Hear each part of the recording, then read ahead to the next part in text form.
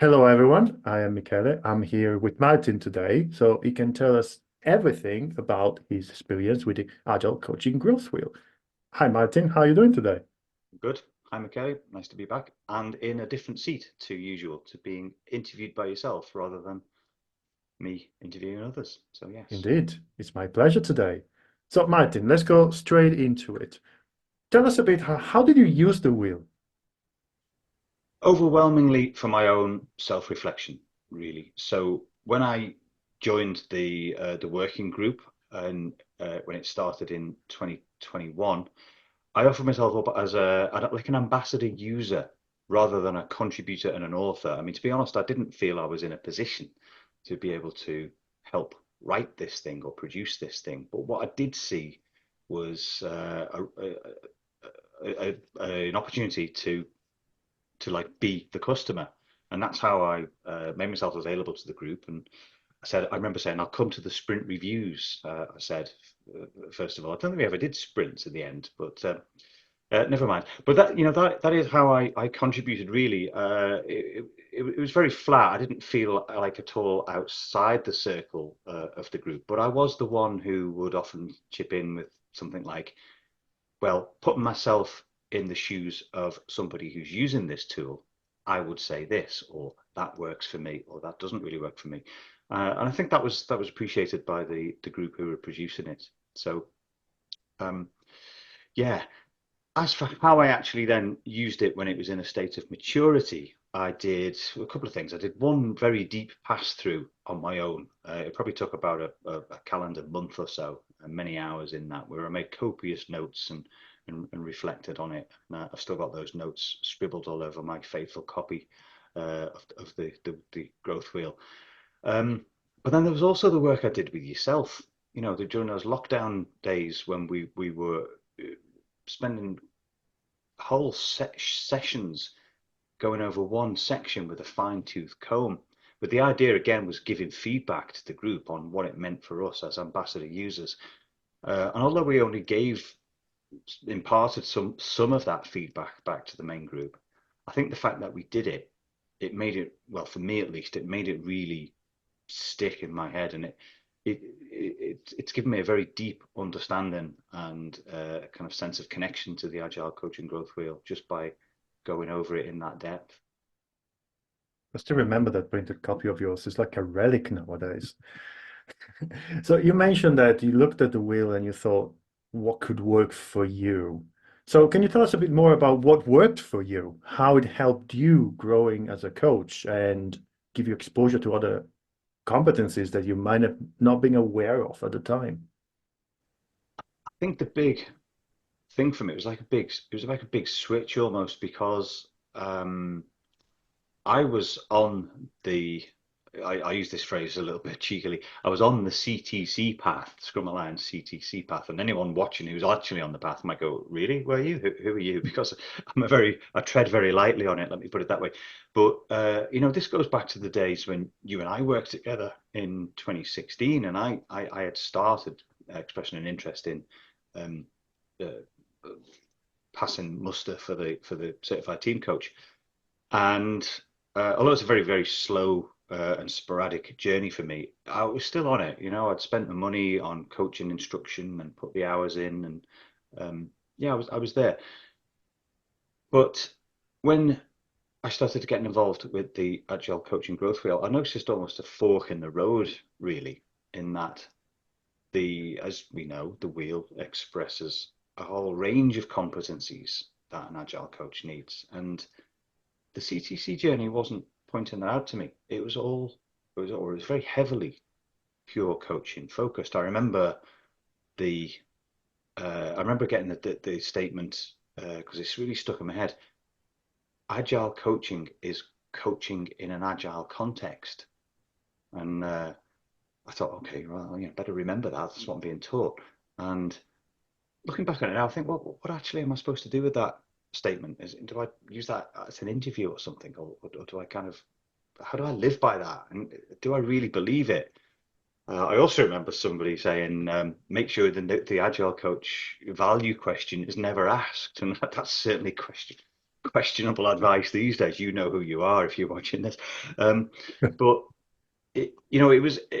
when we put the wheel together with its whole range of competencies, and when Bob Galen came out, basically said, "Look, it's not just about coaching." And then he wrote a book saying it's not just about coaching, and he's still publishing articles about this. Um, it was that switch. It was almost like, which route do I want to go down? Because I honestly wonder, genuinely, have I kind of parted ways with the pure coaching avenue? I don't know. I don't know if I could go back to that group and actually be accepted with the advocacy that I'd have for the whole range of competencies now.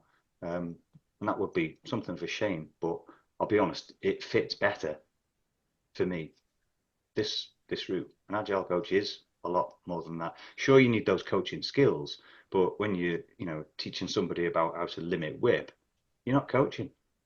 You're doing something else. You're advising them. This reminds me of, you mentioned where we used to work together, and someone on this call, not me, said to me once about Scrum.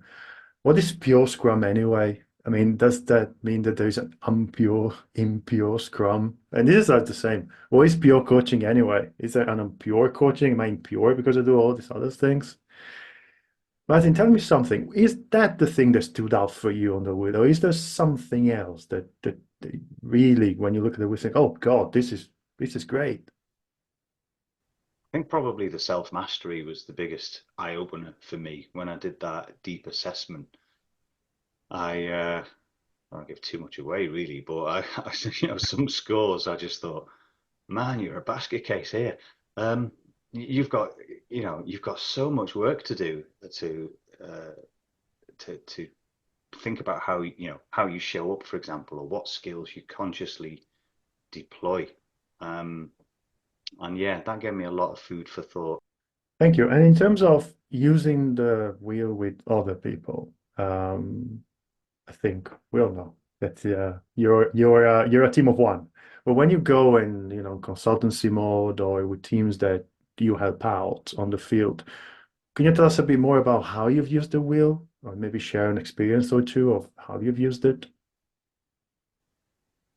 I am going to be honest. I'm probably still waiting for the big, the good example of that. Like you say, I am a team of one, and since it was a produced thing when we had a version that we could use 2021. I know it was out there before that, but to be honest, I hadn't really taken an active part in it, even though I helped create it back in 2018. It was Mark's persistence and passion about it that kept it going and brought me back around the wheel. Um, so one thing I would add to that, if I can extend the question a little bit and give something of interest, is I have used it when I'm discussing contracts, and um, I think it's been for me, it feels like a game changer when I'm in those conversations because I asked the question, at early stage, well, what kind of agile coach are you looking for? And the question back, well, what do you mean? Well, we're not sure. And so, okay, well, is it heavily? Are you looking for heavy transformation of outcome here, or do you envisage a lot of training or deep work with the teams? Those kind of things. Give them examples, and the conversations just flowed so nicely because that wheel and the competencies in it were just there on instant recall. I didn't have to worry about forgetting to use them or include them in the conversation. It just felt so natural. I don't know how else it could have gone, but it was I was hired, so who knows, that might have happened anyway, might not have done, but I certainly felt it gave me a big competitive edge being able to talk to the clients at a level which made me feel I knew the agile coaching industry rather than applying for a job. Thanks, Martin. So far, we talked about the great things that helped you improve as a coach, even as a consultant, as a team of one, like you said, right? Whilst you were using the wheel, did you find anything that you thought might need some improvement, some aspects of the wheel that you think might need some refinement still? Uh, Well, it was always something I wanted to. I always felt we struggled with the catalyst level five. Uh, like who are we to decide what a catalyst is? Who am I certainly to start putting down what a catalyst is? And we had that standing joke, didn't we, about Yeah. they speak at conferences and they write books. I always had the idea, or not always, but I had the idea at one point that we should invite people who we think are catalysts to contribute and just see what they say. And um, yeah, I'm always a little bit. I think there's just a little bit of a gap there for me that we didn't do that for the version that's currently published. Hey, maybe we can do it for a future one. It would be interesting to see if we either got a whole load of new competencies that we just never thought of, or we got kind of deep humility. So if you're one of them and you're watching this, reach out to us, please. It's in our bucket list. It's in our to-do list. If you're a catalyst, reach out. We put it to good use and we'll improve the wheel with your feedback. Yeah, yeah. Well, thank you, Martin. It was great talking to you today. I hope you enjoyed it as much as I did. Thanks very much. Thank you. And thank you all for watching.